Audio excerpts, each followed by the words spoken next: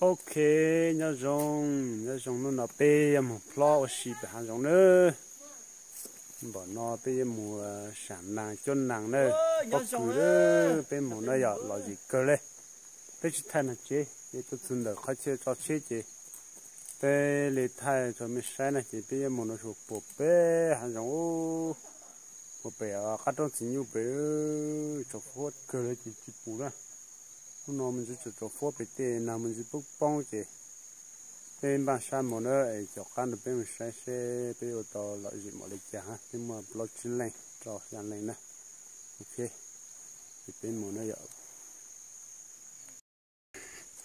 sao chơi toàn những chiếc tàu da lại đó giống một con tàu đó chỉ thâu dù da chỉ tôi chịu nó ở xưa giống một con tàu nó được phổ biến rồi ô nó dễ nè mong tôi dùng dấu hiệu tôi liền nè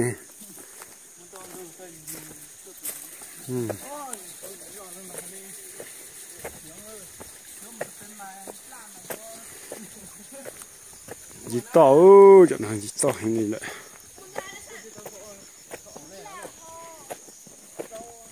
nào xin này bé hạ cho bóc cửa rồi mà này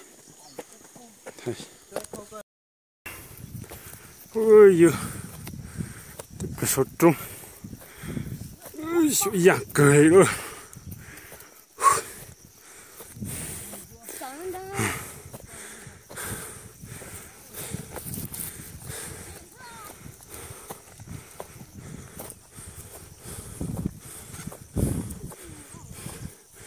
bé ở bao gần đâu ha đến nó chơi bé chơi chỉ được bỏ tiêu ở bao gần đâu chỉ được chỉ đào thôi đến nó tôi chơi gì bỏ trên hàng tôi lên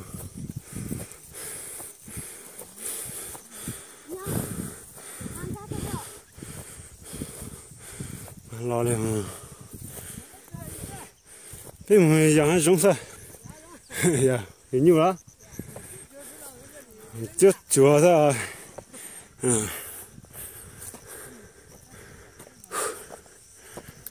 tôi ô chú lo ăn lên nằm chả ra lấy xí lô lấy tao xa nè cho thật ta đây hộp lấy đó nữa hộp lấy đó mà mua tao biết chuyện dùng ngã luôn nó mong yêu tôi lót lấy họ nè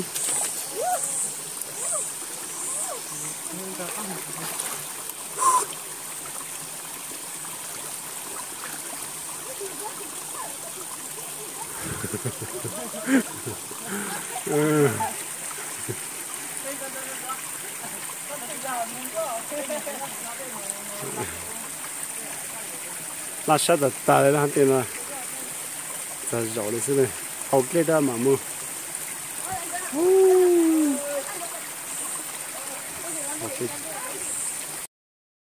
chỉ tốt sắp đây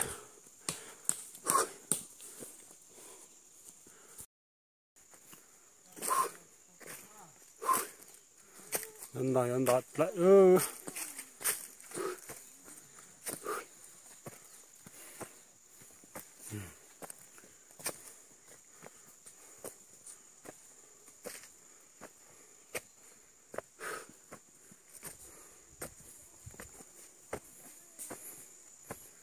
cút tia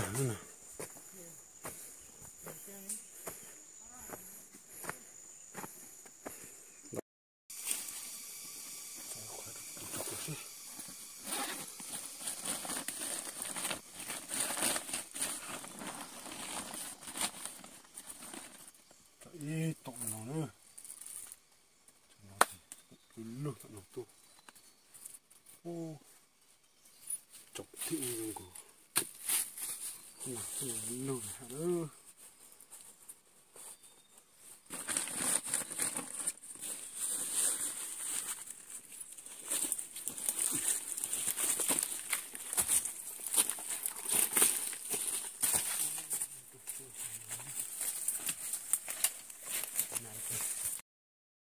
mấy từ mùa đó nói cháu khai đó cháu bao nhiêu tôi có hỏi là cái thời bây giờ là tôi hỏi chứ ít tôi chỉ là chó lên mà ít mà bọn đã cứ hai này tôi đã mà phát tụ con tim mà ấy bảo sáng con này nè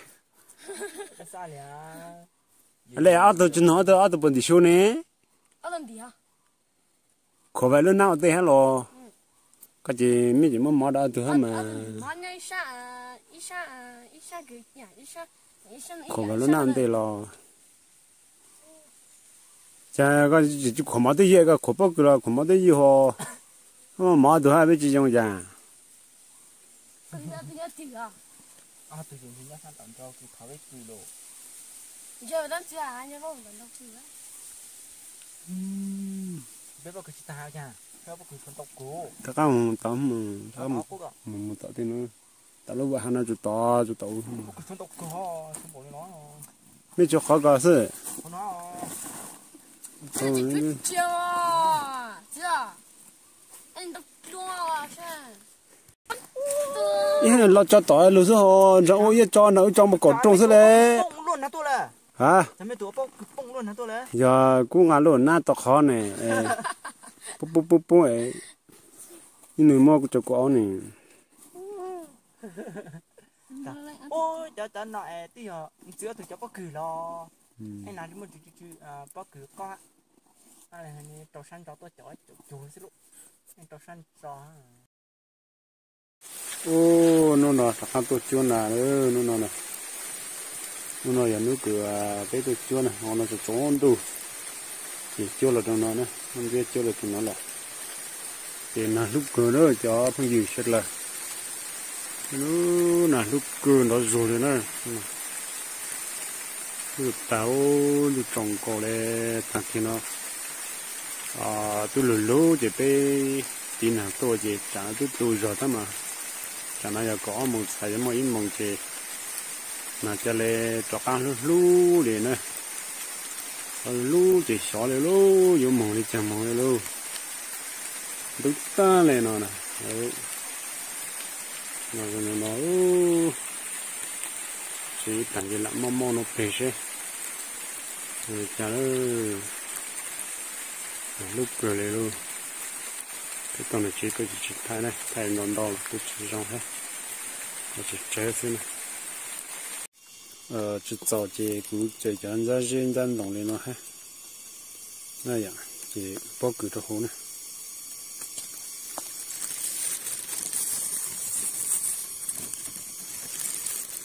chúng thì thay cũng chỉ là làm gì thay này ôi dù là ta cái liền nó sẽ thế này thôi các bạn nhé đây là miếng bông mu để nó là ít thông chia ôi dù là lớn đủ nó khó gì khó trôi lên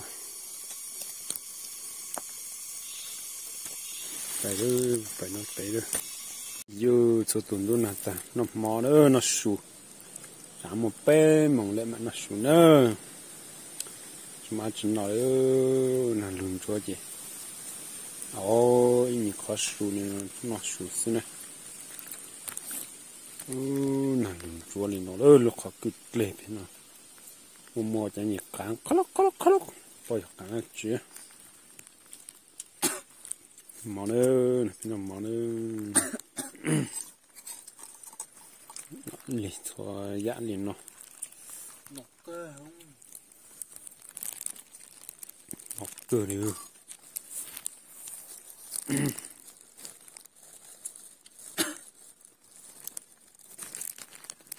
nó món dồn chè thôi dịch thấu cá khô cho nó hồ cá khô nó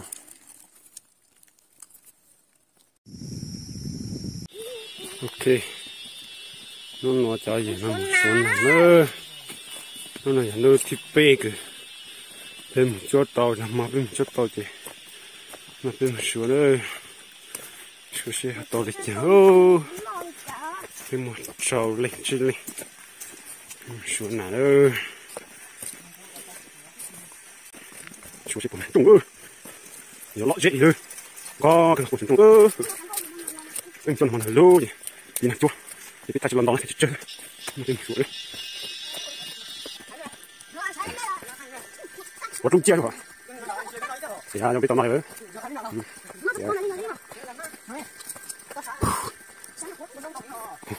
Ôi dồi, phải có cái mà sao nữa?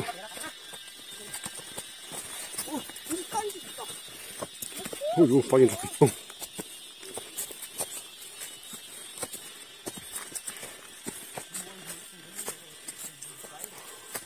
ôi dồi, gì tao chọc lên. Ok.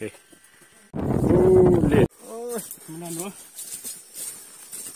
Lọ dị cơ. Xếp vào tàu nào đâu. Tôi tỏ hàng cà phê ở sinh trẻ này nhầm nhà lì đấy.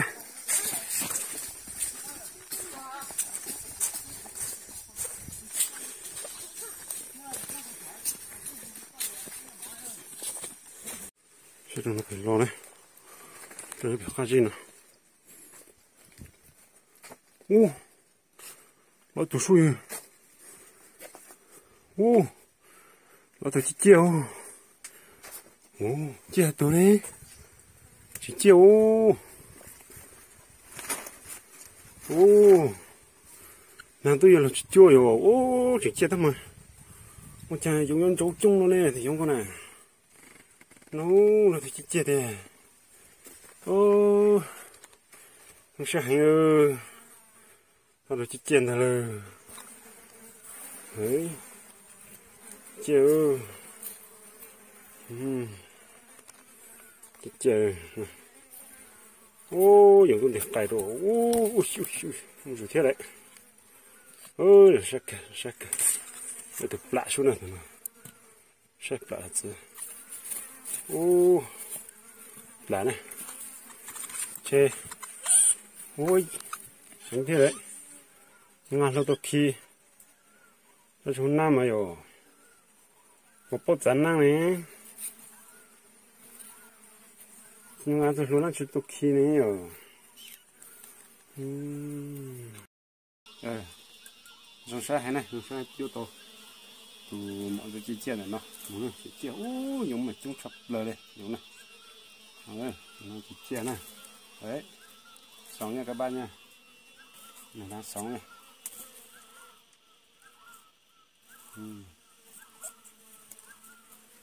Ok, mới cho nó bé này. Ôi. Phong này phong, có cứ có hàng này. Có lời tả tỏ thì cũng tôi lấy một thạch cú này. Được hoa trên sẽ bộ khéo.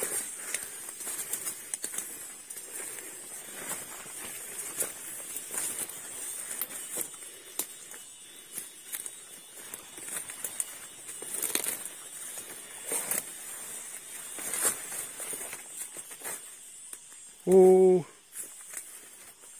không ngọt lọp lọp. Ô, nào, cái hàng giống nữa, cái hàng giống lắp lùng. Ô, giống chuột đấy rồi, nó có lắp lùng nữa, cái lắp lùng hơn chắc xử này, cho nó mà họ mà cá cửa, tình chắc xử họ cá nhận đến lâu lên là nó nhận đến có rất lịch sử từ, nên là nó ra một cái bao tiền, cho nó mua một hết này. Lắp lò hổ đó.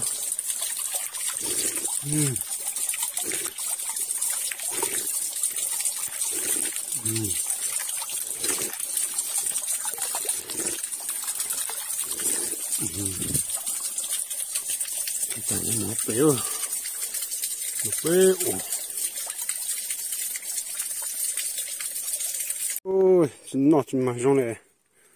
Tôi nói được cho có sao. Lâu tăng kỳ bên mà chỗ ấy. Thật kỳ nó là tăng kỳ tí chứ này. Chỉ mà trong này lại. Có tập lọc tủ sư. Đó. Chơi vậy vậy. Chút đồng chí có gì nó sẽ. Tỏ này.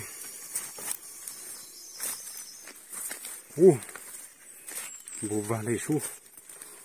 Chuột quá. Chơi giống xe. Có túi nó lọt thế. Có túi nó này. Này thì tao dọn chứ. Sản chơi dọn trông hố. Dọn trông hố chỗ này. Có tiếng mê thế sao. Chỉ nữa. Lật nhé. Lật lắm đấy.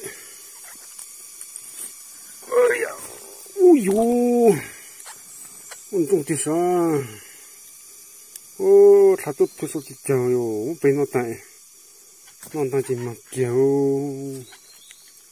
ô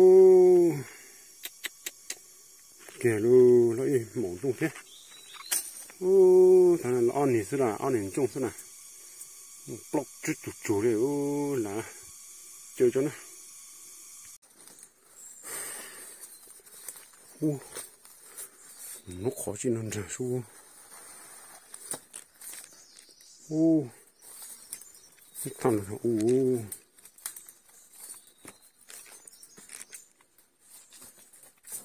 trời ơi trong lòng đi đấy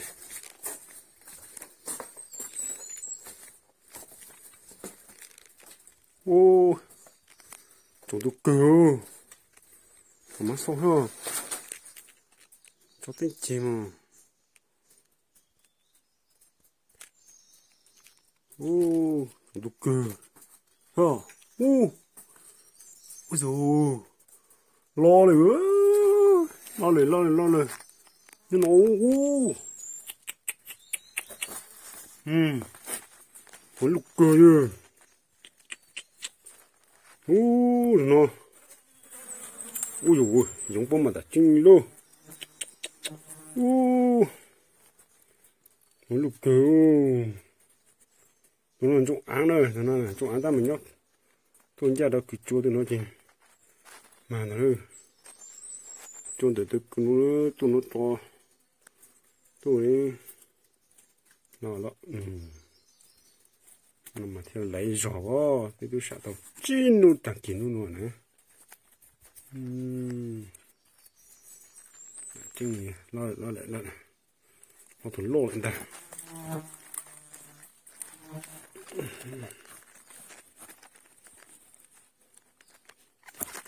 ơi wow để đấy nó này cho nát ô tụi đi tụi chết rồi chết rồi phải nè khi tụi chéo là chuẩn đầu cơ chùa thế nào cho cái gì lấy cái lấy chùa bé số tại chéo cũng là lù tụi nó nè lù tụi nó chơi tụi chị chè cũng ít là cũng là plau tụi thế này ha plau thằng trong tụi nó chỉ bỏ vào nó plau tụi mấy là bên trong ít hàng chúa vậy à ô làm plau tụi đấy là gì tụi đấy biết là gì tụi con tôi chả lo nàn vô nè lo gì tụi nàn chút là lo đây gì tụi lau tụi lo ít bờ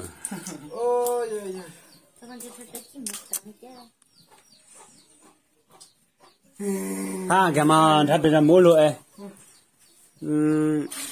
lấy chuột nó đo này lấy được cái biết mà chỗ tốt tẩy chi bên nào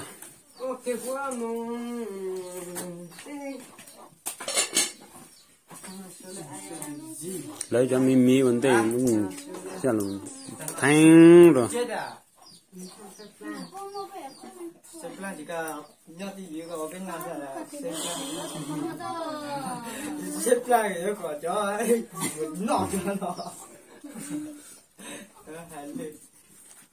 mà xeo nó xuống đây phải biết là bên mặt nó